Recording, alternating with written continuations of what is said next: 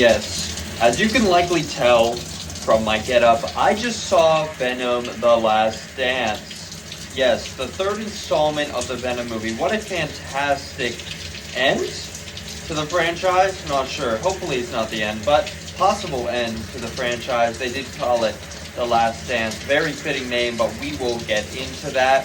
Morbius Jr., just saw Venom: The Last Dance. And actually, I saw it for over 100 viewings. I decided after the 100th viewing that I would take a shower. Take a shower to wash off all the juices and liquids from watching the movie for so long. You know, all the juices that congeal in the movie theater that are spraying everywhere during the movies, the Morbius Cinematic Universe movies. So, let's get into my review of Venom: The Last Dance, the third installment in the Venom movie. Behind Venom 2018, Venom Let There Be Carnage, we have Venom: The Last Dance. So, be warned, from this point on, there will be spoilers. Spoiler number one, I just picked up this Venom shirt. Normally, I'm in a Morbius shirt. Today, to celebrate this release, this installment in the Morbius Cinematic Universe, I'm wearing a Venom shirt, but don't expect to see me in it all the time. Expect more DS shirts. Get it? Haha.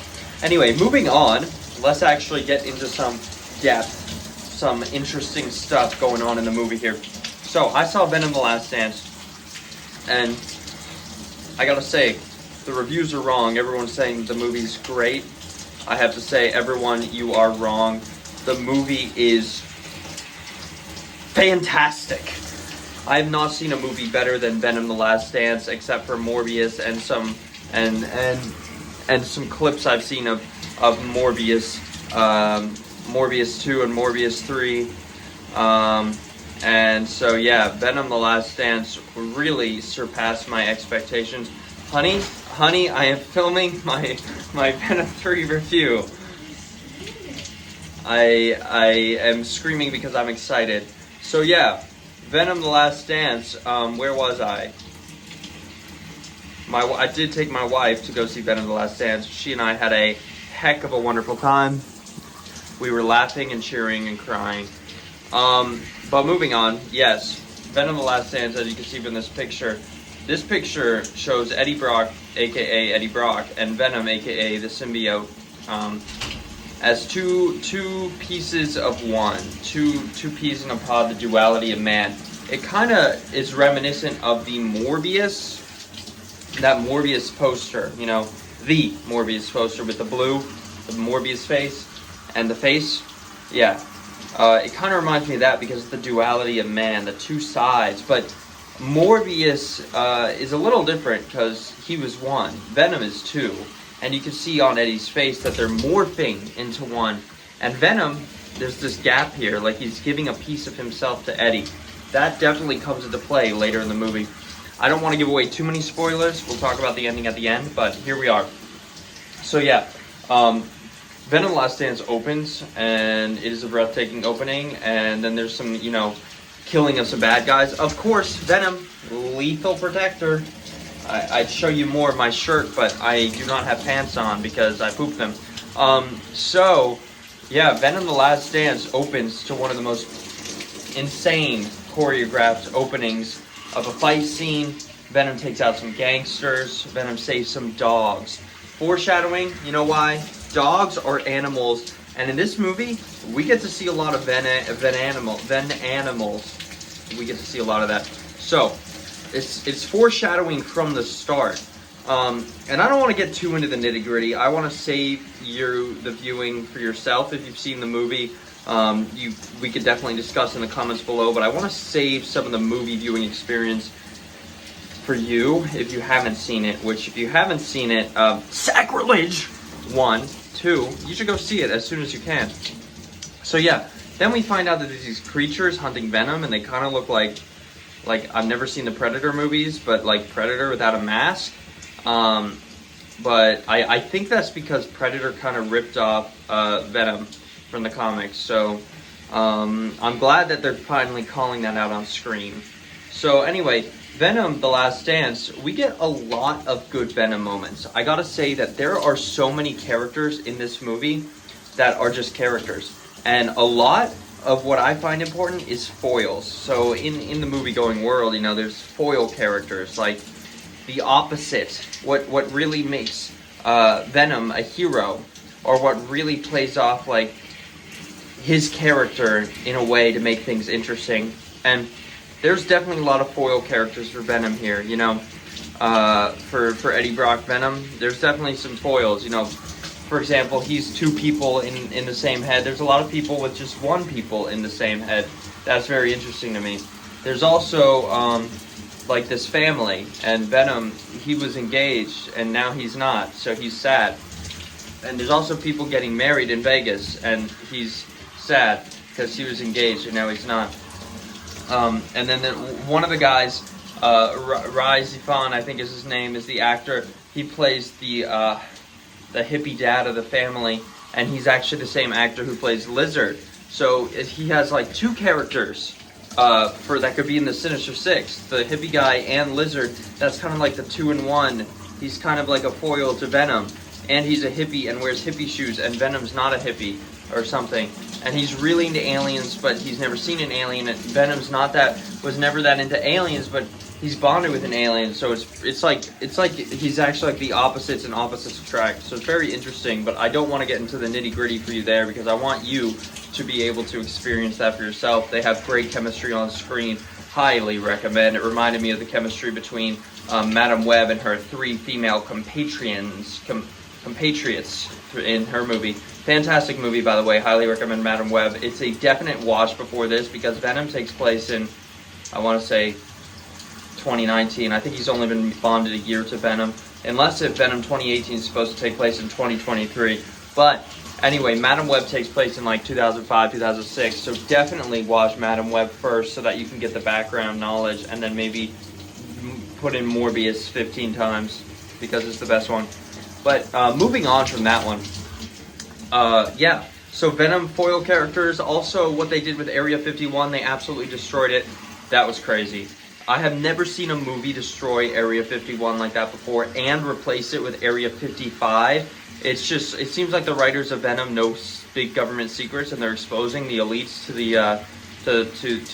the general populace, and only the most woke of the general populace will truly understand what's going on. So yeah, I want you to know that the people in Venom really have something to say. The people writing Venom really have something to say about what's going on in the world right now. That's why this banner says the biggest Venom movie yet, the best of the trilogy. Why is it the biggest? Why would it be the biggest? Every Venom movie is fantastic and great and makes the same amount of money, $1 less than $1 more billion. And so why would this be the biggest? Well, because it's revealing the truths of the world. Also, I think that it's really interesting that the lady had a Christmas pin. There was this lady and she had a Christmas pin, and then she got a symbiote, and he had kind of a green color. It was kind of foreshadowing to what symbiote she'd get, and I found that really interesting. And also, I wasn't sure what that had to do with Christmas, so maybe that just went over my head. But I kind of liked it, how it had something to do with the holiday, because now we can say that Venom 3, Venom the Last Dance, is a Christmas movie. Next up, we're going to talk about Venom and gambling. Gambling, guys.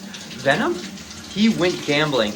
Alright, he made me feel young again, because, like, ooh, my finger's turning purple. Because he went gambling, and there's not many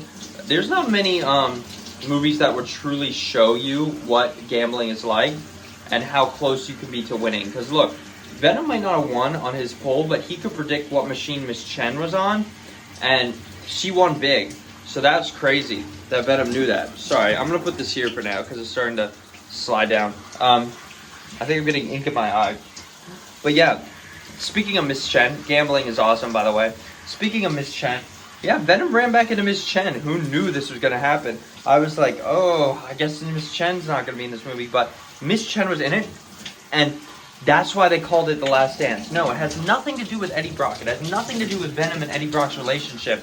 It has to do with Mrs. Chen and Venom, because in secret all along they had been practicing dancing, and we got to see their last dance together. It was amazing. It was probably the best dance on screen besides Milo's dance. I could never I don't think anything can ever top the Excel dance, but Venom's dance is the best partner dance ever put to screen, and I don't think that anyone could possibly argue against that. Best partner dance ever put to screen, Venom and Mrs. Chen. Best dance ever put to screen, Milo Morbius from Morbius 2022. So yeah, you can quote me on that too. Also, Watch Mojo is probably going to steal every quote I have from this, and so is comicbook.com or something, because I'm just spitting facts right now, and nobody knows how to review this movie right until Morbius Jr. Tells you, or some other Morb heads really reveal the truths about the movies, because there were some big Easter eggs in there. Specifically, one big Easter egg I saw was there was this kid, and he was the son of a hippie, and he wasn't allowed to eat chocolate, but he gave up his chocolate bar to Venom. That's kind of like how, one, Venom likes to eat candy, but two, how like we're giving our money to see the movie. The chocolate is like our money. So like we're giving our money to Venom, like the kid's giving the chocolate. And it's like, it kind of reminds me of like tithes in the Bible and stuff, how you're supposed to give a percentage of your earnings. Well, that was the thing, everything the kid had. And he just gave that up to Venom, and he felt no remorse. I thought I had this visceral reaction in the theater. I was like, wow, if this was me, and that was my only chocolate bar, and my parents forbade chocolate, would I have just given it up to Venom? And I sat there thinking, well, if it was just a stranger, I didn't know. He didn't know it was Venom at the time. He thought it was Eddie Brock. If I just thought it was Eddie Brock at the time, well, if I just thought it was some random guy and I didn't know, then I don't think I would have just given him my chocolate like that, you know, for free. I think I just would have told him, like, yo, can you get me some chocolate? But this kid gave it up with faith, knowing this was Venom. And I don't know, he just had faith and gave the kid, he gave Venom chocolate, and Venom loved it. And look, Venom came back at the end of the movie and saved this kid. He saved this kid from Null. Now, speaking of Null, probably one of the greatest villains put to screen with the lowest amount of screen time. Now, Milo Morbius from Morbius had a ton of screen time. One of the greatest villains, if you can even call him that. He is so steeped in lore and like interesting facts that, like, I don't think you can call him a villain, but he's, let's say he's a villain because that's who Morbius fights. Let's put it in the layman's terms that he's a villain, that because Morbius fights him. But Null has less than 7% of the screen time of Milo Morbius, yet he has quite an impact on the Morbius cinematic universe. We now see who might be the biggest villain of the Morbius cinematic universe. Somebody I know, sadly, watches the MCU, and they mentioned something about this guy Thanos, and Thanos, I guess, has some like big villain status or whatever. And he needs like these gems to like take down people or erase things. I don't freaking know. Who cares? But it makes me think, if he needs these gems, but Null, all he needs to be is to be unleashed. He's like that. I think as a child I saw that Beetlejuice movie, and they said Beetlejuice, and Beetlejuice came out. He's like that. He just needs to be unleashed, and he's going. He's like, that might be who Sinister Six has to team up to stop or free, so that they can take down Spider-Man and do some good. Anyway, I don't want to take up all your time. I know Morpheads are busy. You're going to take a certain amount of time to watch this video, and that's going to take time away from watching Morbius or Venom the Last Dance. I just want you to know, Venom the Last Dance is the most literal title for any Morbius cinematic universe movie ever. I mean, Morbius was about Morbius. Madam Web's about Madam Web, yes. But those are just nouns. This is Venom the Last Dance. It literally has a subtitle, Venom the Last Dance. And the subtitle is literal. You get to see that last dance. So, for those of you who are afraid going in the movie that you might not get to see Venom's last dance, well, let me tell you, you get the last dance. You get that last dance. You get Venom, you get Venom's foils, you get Eddie Brock, you get comedy. I can tell you that in that theater, every single person heard me dying of laughter. To the point where they were gonna storm out and buy tickets to watch the movie again because it was so funny.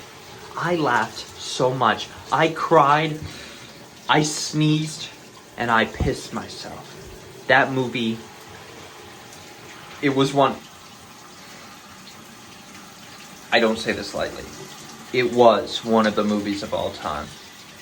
But Morbius, I reiterate, I shouldn't have to, but I reiterate, Morbius is the movie of all time. So yeah, Morbheads, let's go see Venom: The Last Dance. Let's make it dance in the box office. It's dancing time. Alright? But it's always Morbin time. Thank you for checking out the Morbius Jr. reviews, Venom: The Last Dance.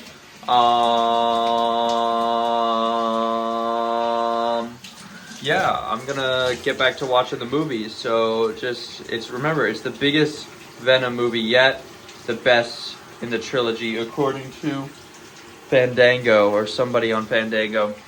So I trust that guy on Fandango. Definitely check it out. I will be seeing you guys in another Morbius video, and